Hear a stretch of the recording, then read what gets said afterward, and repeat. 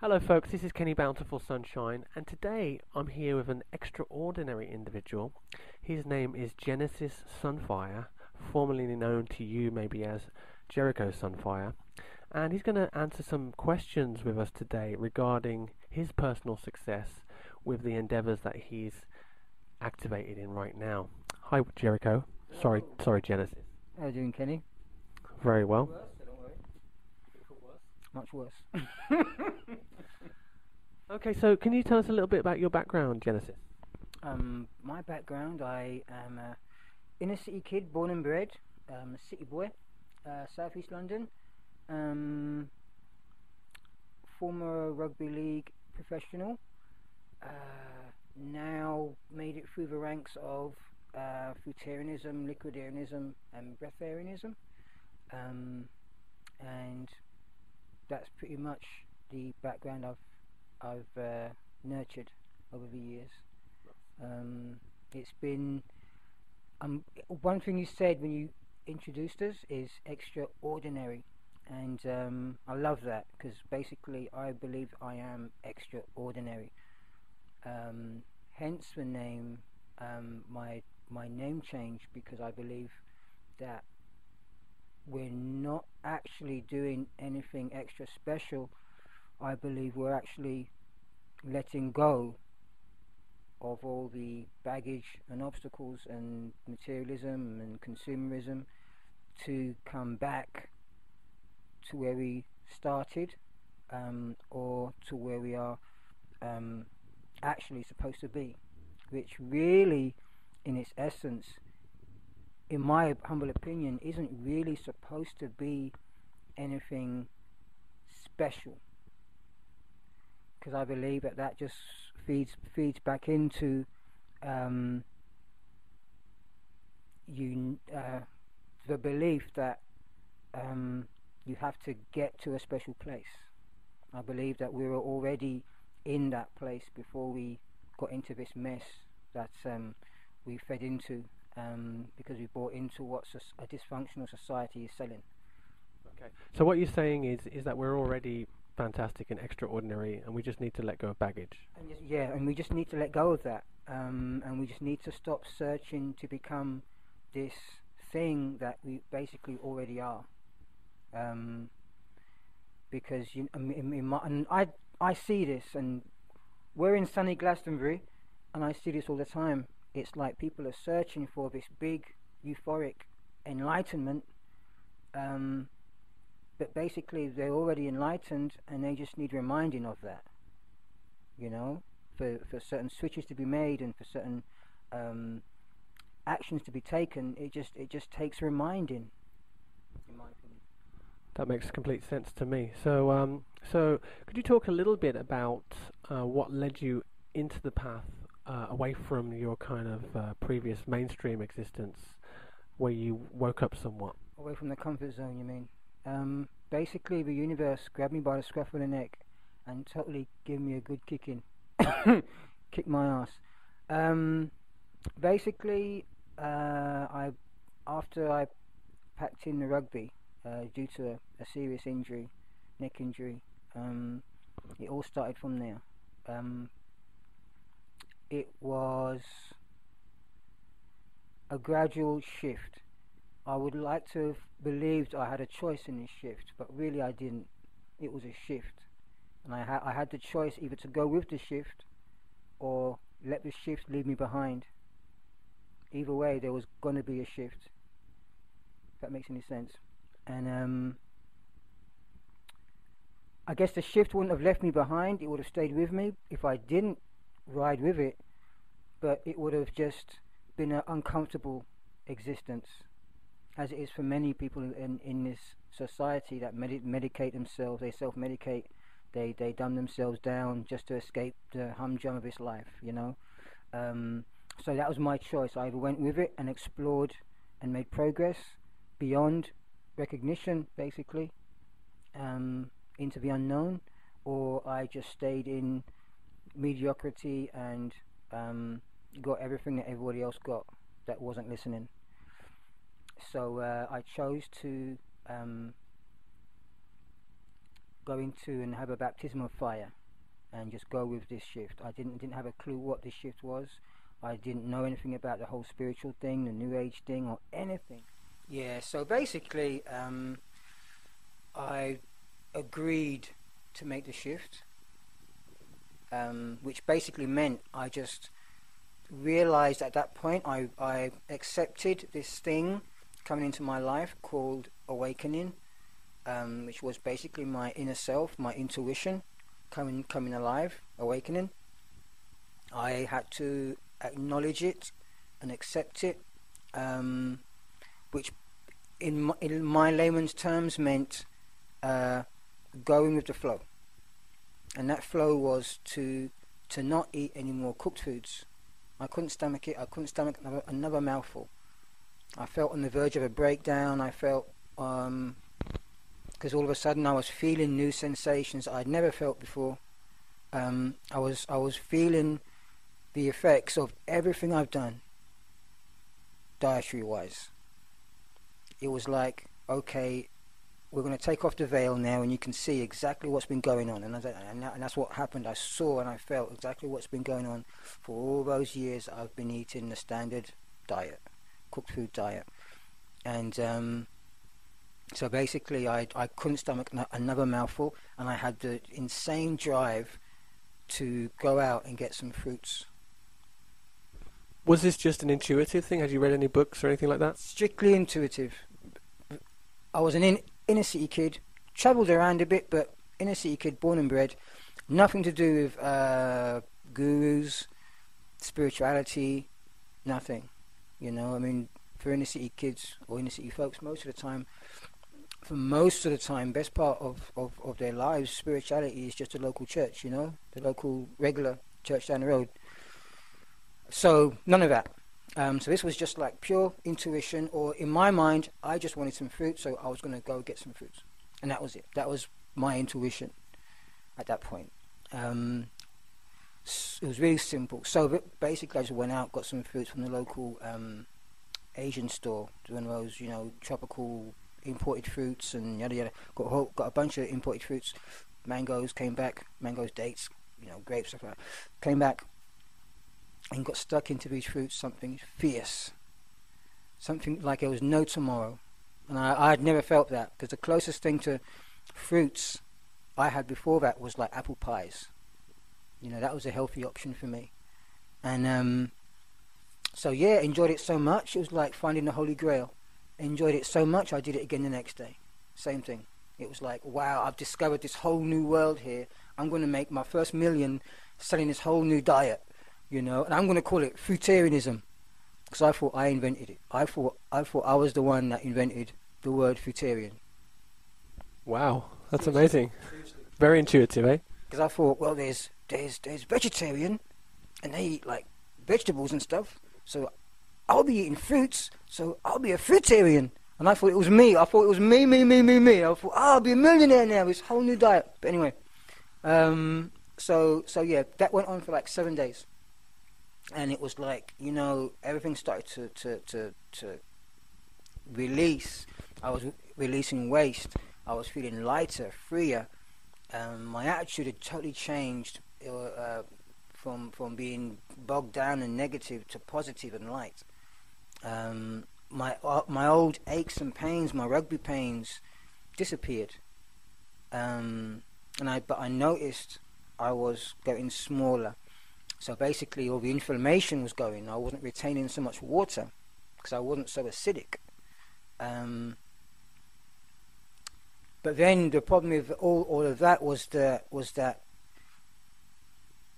with doing it this way, the whole intuitive way, I didn't know anything about detox. This was totally new to me, so I didn't know anything about detox or anything that comes with this. So, you know, after 7 days, detox hit me big time. I was just laid out cold with severe flu-like symptoms. And I want to say flu-like symptoms, not flu, because it wasn't flu. Flu-like symptoms. I was just knocked out, couldn't even get up and crawl to the toilet. So don't even ask what I did. but yeah, it was terrible. So of course I went back to the cooked foods because I thought the fruits made me sick. So as soon as I did that, all my old injuries came back. I felt better. I felt better because I stopped the cleaning process, but or the detoxification process. But the only way I knew that it wasn't the cooked food that was making me better was that my old injuries came back, my old aches and pains from the rugby and stuff, and I just and the most important thing was that my attitude went back to being bogged down and negative and heavy and dense. So yeah, that was the initial stages of that first kind of like awakening. So you basically went on to fruit for a week, went back onto cooked food, and then you noticed the contrast. Yeah. Okay. So did you go back onto cooked food, and how long did you stay on cooked food? I only stayed on cooked food for like 2-3 days because it was that stark. It was that much of a white and black. It was that much of a contrast. And I realized, and because I was made aware of it, I felt, being the person I am, I had to take action on it because I knew it. So I had to take action on it. So I went back to the fruits, and then I flip-flopped back and forth every so often, to the point where I thought, this is just ridiculous. What's going on here? And then you go for that learning process about learning how addictive cooked food is, and all the addictive qualities it has, and the games, your mind games. You know, you go through all that stuff. So I had to go through that and had to look at that. And like being a person I am, I knew I had to take action on it. But it was like, okay, well, what's going on and what do I do? How do I do it? But there was no support out there, no credible support out there.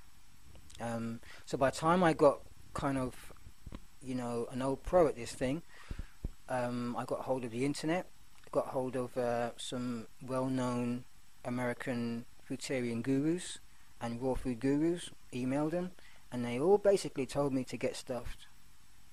I was crazy. Regarding Fruitarianism. And just eating fruits as they are. And it couldn't be done. You're crazy. You're going to kill yourself. But luckily that wasn't my reality, so I completely ignored it. And that's kind of how I kind of honed into the whole intuition thing, because I had to go back and I had to rely on that, as opposed to listening to other people's experiences, other people that didn't do it correctly, paid the price for it, but yet went back and blamed fruitarianism or fruits or whatever. Because you can't listen to someone, a guru, and have them tell you do this, because they're not you. They're not going through what you've been through in the past. They don't know you, basically. So it's very difficult, because a lot of people, they listen to people and they take everything on board as if it refers to them, which is a big mistake, because you have to kind of, even though it's good to hear people's experiences, you still have to learn your own lessons, rely on your own intuition, and learn by your own teaching, which is either your inner self or the universe upstairs, in my opinion. So it was very difficult, very, very, very difficult in the beginning, because there was so much resistance towards what I was doing and the way I was doing it. And I learned I had to really be a pioneer and a warrior, and I had to overcome so much fear. I had to let go of so much resistance of my own.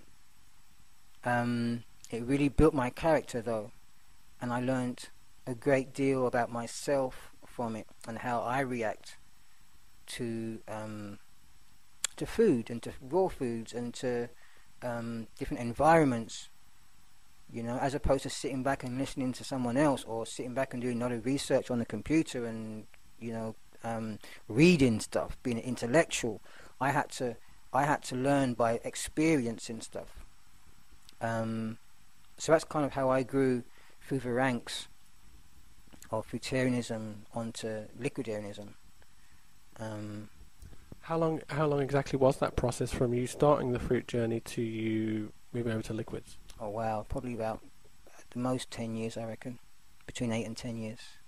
And it was mostly flip-flopping, going back and forth, dealing with the addictions, dealing with social issues. I learned my trade at that. Oh, I'm so grateful for that. Learning my trade at that point, Fruitarianism, because it was so, and I'll say it was so traumatic. It was like going against everything anybody had ever been taught.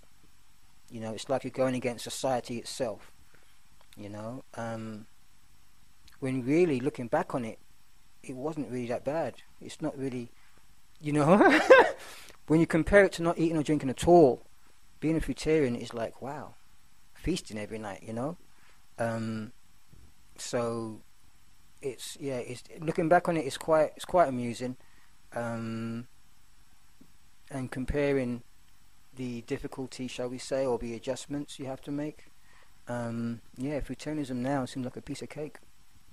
Okay, so when did you finish that journey of actually consuming fruits and vegetables, or even liquid? Oh, actually becoming a breatharian? Yes. When? I have no idea, but it's been about just over 3 years. Just over 3 years now, maybe 3 years and some weeks, or 3 years and a couple of months, or something like that. But that was, and one thing I want to mention, and I think it's really important, is that I don't differentiate between any of these phases. I often joke with myself that I have to actually make up a new name for the whole thing. Because to me, there's no fruitarianism, there's no liquidarianism, and there's no breatharianism. It's all one journey. Because people always ask me, well, when did you become a fruitarian? When did you become a liquidarian? And for me, it's a difficult question, because I realized that when I look back, is that it was all one big merge. It was all one big merge. And it's been a gradual, when you talk about where I am now, I have to say it's been a gradual evolution. Because I get, and I'm going to sound great here, but I get emails from people from all over the world on occasion, all right, asking me, teach me how to do this, or teach me how to do that, and you know this, and you know that. The truth is that it's been an evolution. I don't know squat. I don't know squat. It's been an evolution. That's the truth of the matter. I probably know every obstacle under the sun that somebody can face, and solutions on how they can overcome it. But really, I don't know squat about, becoming a breatharian. Because for me, it was it was my evolution. It wasn't generic evolution that I can say, right, this is how it goes, and that's what you do, and it will work for everyone. No, it was my evolution. I went through my mistakes, I went through my slip-ups, I went through my victories, and I had to have help brought in by the universe or my inner self to help me deal with all of those things, to help me evolve, so if I want to really tell anybody anything about this journey, is that it's an evolution. Really, you cannot pick up a book, read it, and then say you're a breatharian, or that you're even going to do it, because it's an evolution, and you've got to start from the very beginning. You can't just jump into the middle, skip steps, and then be like, 2 weeks later, I'm a breatharian. It is not like that. Because it's one thing to call yourself a breatharian, and then it's one thing to live it consistently, long term, day after day, week after week, month after month, year after year. Because even then you're evolving, you're constantly evolving. So things are always changing for you, people are always changing for you.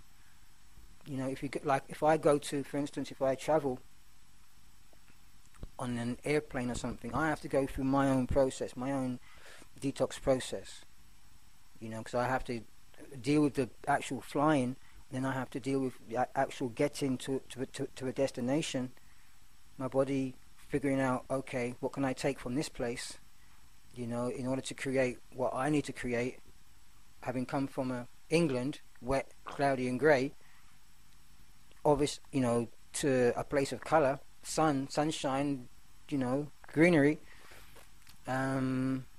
So adjustments have to be made. And these, like I say, I learnt my lessons, my trade in fruitarianism, and everybody has to work and everybody has to learn their lessons. So that's and anybody that knows me and my work knows that I have a very high work ethic. Yeah. Well, that sounds like sound advice. I know from my own experience of just being on a raw food diet that it does take years to actually get to a point where you're every day and you're just doing it without even thinking about it. And so thank you very much. Another thing I wanted to ask you was, I know that you from watching some of your material, you don't really think that breatharianism is for everybody. And I agree with you. Yeah. But what would you say to somebody who was wanting to go from, say, a mainstream reality of food into having lighter foods come into their experience, and perhaps raw and perhaps liquidarianism? What piece of advice would you give to someone like that? Evolve into it. If it's a calling, if it's a specific calling, or I guess everybody thinks it's a calling, but if you're absolutely sure that it's a calling to you, then evolve into it. Evolve into it, because like I say, it's not only mental adjustments, but there's physical adjustments have to be made too. Like, organs change shape and they shrink and get more compact, and you literally die. I know it sounds extreme, but you literally, and all the skeptics will be like, yes, but you literally die. You go through that, because you go through that boundary, that barrier of conditioning that says you will die if you don't eat, or if you just eat fruits or whatever. So once you get past that conditioning, it does actually feel like, it's like when you go through a fearful situation, and you're at a point where you feel like, oh my God, I'm so scared, I'm going to faint. It's like that, but you don't faint. You get to that point and everything starts to rise, and but you don't faint. So in a sense, you die and you let go of that belief system. But like I say, that takes time, several years.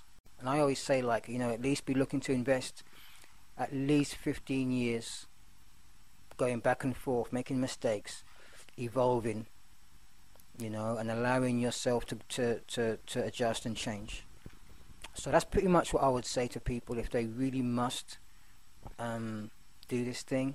And the other important thing is to not listen to stuff on the internet, because every definition of breatharianism on the internet is written by a skeptic that knows nothing about it, has no understanding, and just wants to discredit the whole thing. And basically it's a recipe for starvation.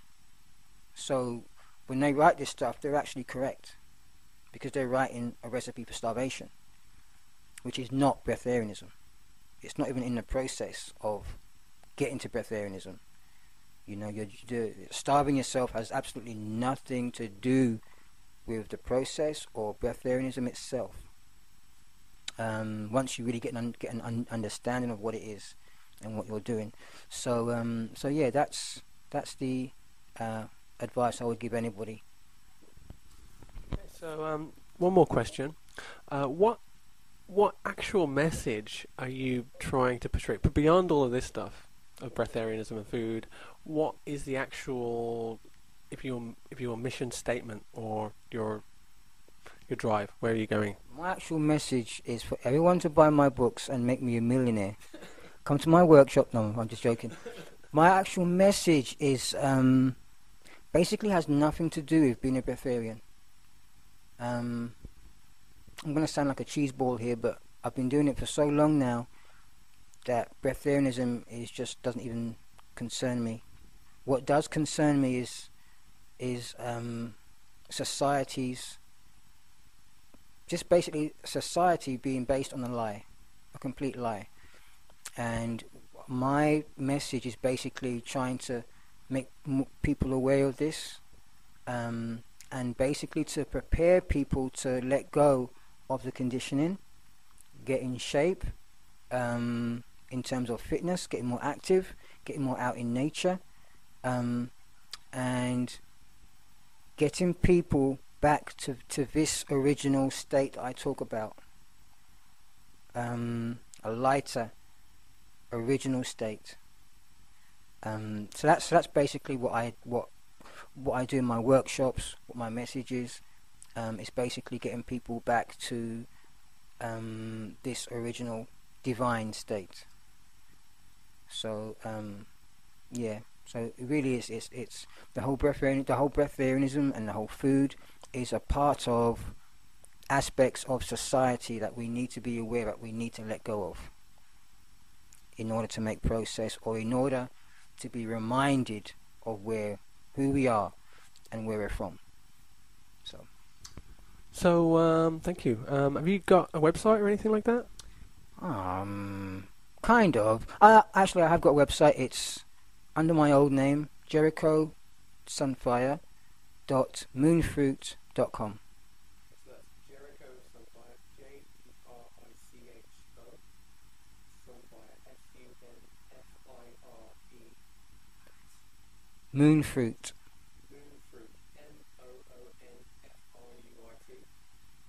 .com. That's what you get when you eat your vegetables. See, you can spell stuff. But yeah, so people get to my website, see what I'm about, and if it resonates with you, definitely come check out some workshops or my books. I've written these books basically as all you need source of information to becoming a breatharian. It won't teach you how to do it, but we'll go through the obstacles and how to overcome the obstacles, and be basically a fly on the wall to see how I progressed, and insights and all kinds of stuff like that. So it's quite a complete package. Okay, thank you, Genesis Sunfire. So there you have it, folks. This is Kenny Sunshine here with a truly extraordinary individual. We're going to be back again with more amazing reports from around the world, and particularly here in the UK. Keep tuned. We'll see you on the other side.